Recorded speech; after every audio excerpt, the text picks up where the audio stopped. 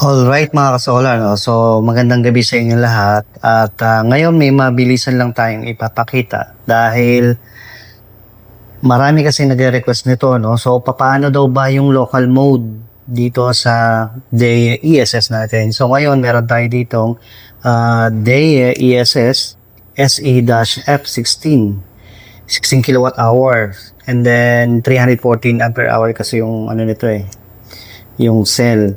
So dito papakita ko kung paano ba mag local mode kasi yung iba sabi nila hindi daw gumagana, no. So kinagandahan kasi rito makikita mo even nakaparallel yung battery, maka-check mo yun. So local mode ang ibig sabihin dito lang kayo nearby via Bluetooth communication lang yan. So even hybrid inverter kasi meron din ganung functionality. Kung ayaw mo talagang i-network yung inverter mo via local mode lang pwede. I-scan naman natin doon sa hybrid is yung logger QR code. But dito sa battery natin, ang ini-scan actually dito, itong barcode. Hindi po itong QR code Hindi yan, ito. So yung iba kasi, pag ini-scan nila, ito. Kaya nagkakaroon ng failed. So, para ma-successfully natin ma-scan itong barcode na to, at ma-access natin yung local mode, ginagawa ko, tinatakpan ko ng tape.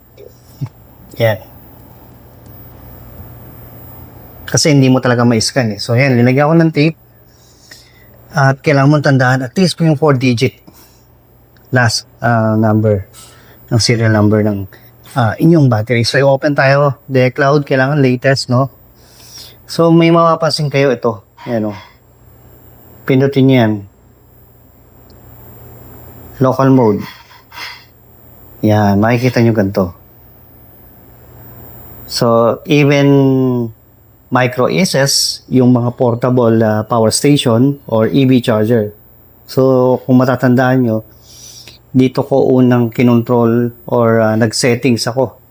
Yung mga masking, yung grounding masking. Kasi at first, pag plinag may EV charger, merong mga alarm. So, dito yon sineset muna. Anyways, dito tayo muna sa battery, no? So, dito, for the meantime, ito lang muna yung mga kanyang na-access via local mode. So, makikita niyo yung mga series dito, no? Boss series, SEF series, WD-G series, JBW series. So, ang gawin lang natin, press lang natin to. So, make sure naka-on na ang Bluetooth, And then, ano nga ba yun nandito? At least yung serial number, yung digit, hanapin yun dito. Yung may makikita ko yung bat. So, yun. So, in my case, ito yun. Yan. So, nakita niya na. Pero, kailangan nyo pa rin i-scan yung QR code. Usually, dito nalilito yung mga tao sa QR code. But, ang i-scan talaga natin is barcode. So, i-scan natin. Press natin to. Lalabas yung camera. And then, device pairing successful. So, gagawin natin, remember this device. Yan, lalabas na yan. So, dito makikita nyo, meron ding 3 dot doon, Kasi ito, pwede kayong mag-update Lalo na yung mga nakaparallel na battery. Pwede kayong mag-update dyan over the air. So, later, ipapakita natin yan. Pero dito muna tayo. Kasi nga, ang request nila, gusto daw nila makita yung mga cell voltage. So, dito, kailangan natin i-press lang yung view battery details. Meron na kayong initial, na nakikita. Ito yung nakikita natin mismo sa inverter sa kayong settings. Kaya ganyan yung charge ko at discharge ko dahil merong tatlong nakaparallel na 314. At view battery details, yan. So, dito makikita natin yung whole device, pack 01, pack 02, and then pack 03. So, meaning yun yung mga battery natin. Sa whole device, yan, makikita nyo yung mga ibang itong mga information na ito.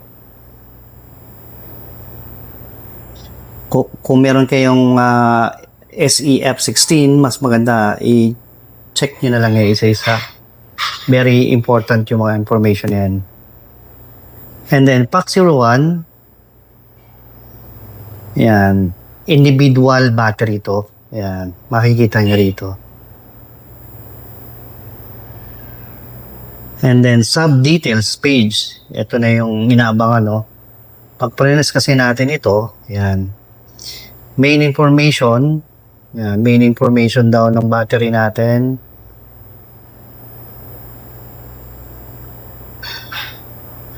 So, nandito rin yung mga software version.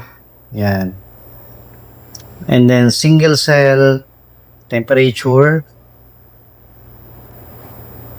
Yan. And then, yung cell voltage information. So, yan, makikita natin. No? So, yan, makikita nyo lahat yan. Nandiyan dyan. At, ganun pa man, kung gusto nyo naman i-check yung iba, dito naman kayo sa kabila. Ayan, battery number 2 naman. Yan.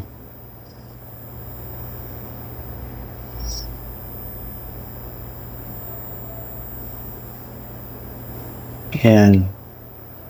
Battery number 3 naman.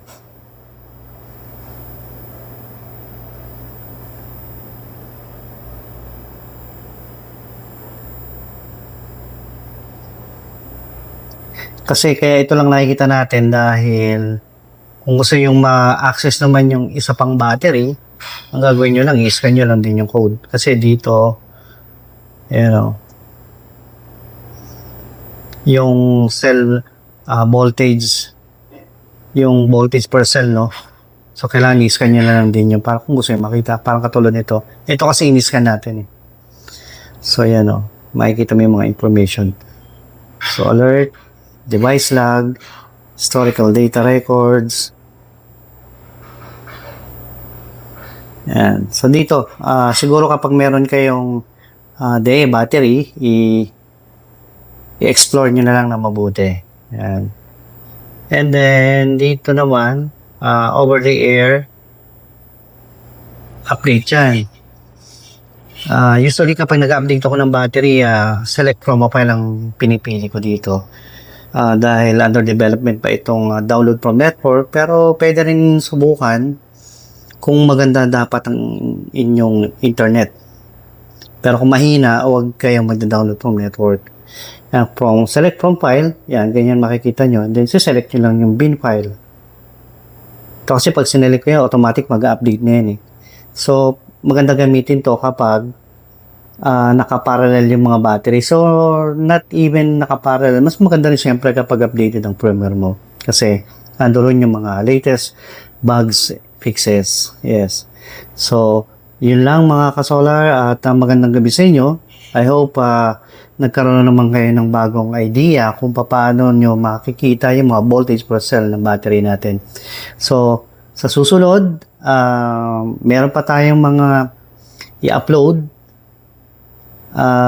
Abang-abang na lang po siguro. Maraming salamat at magandang gabi.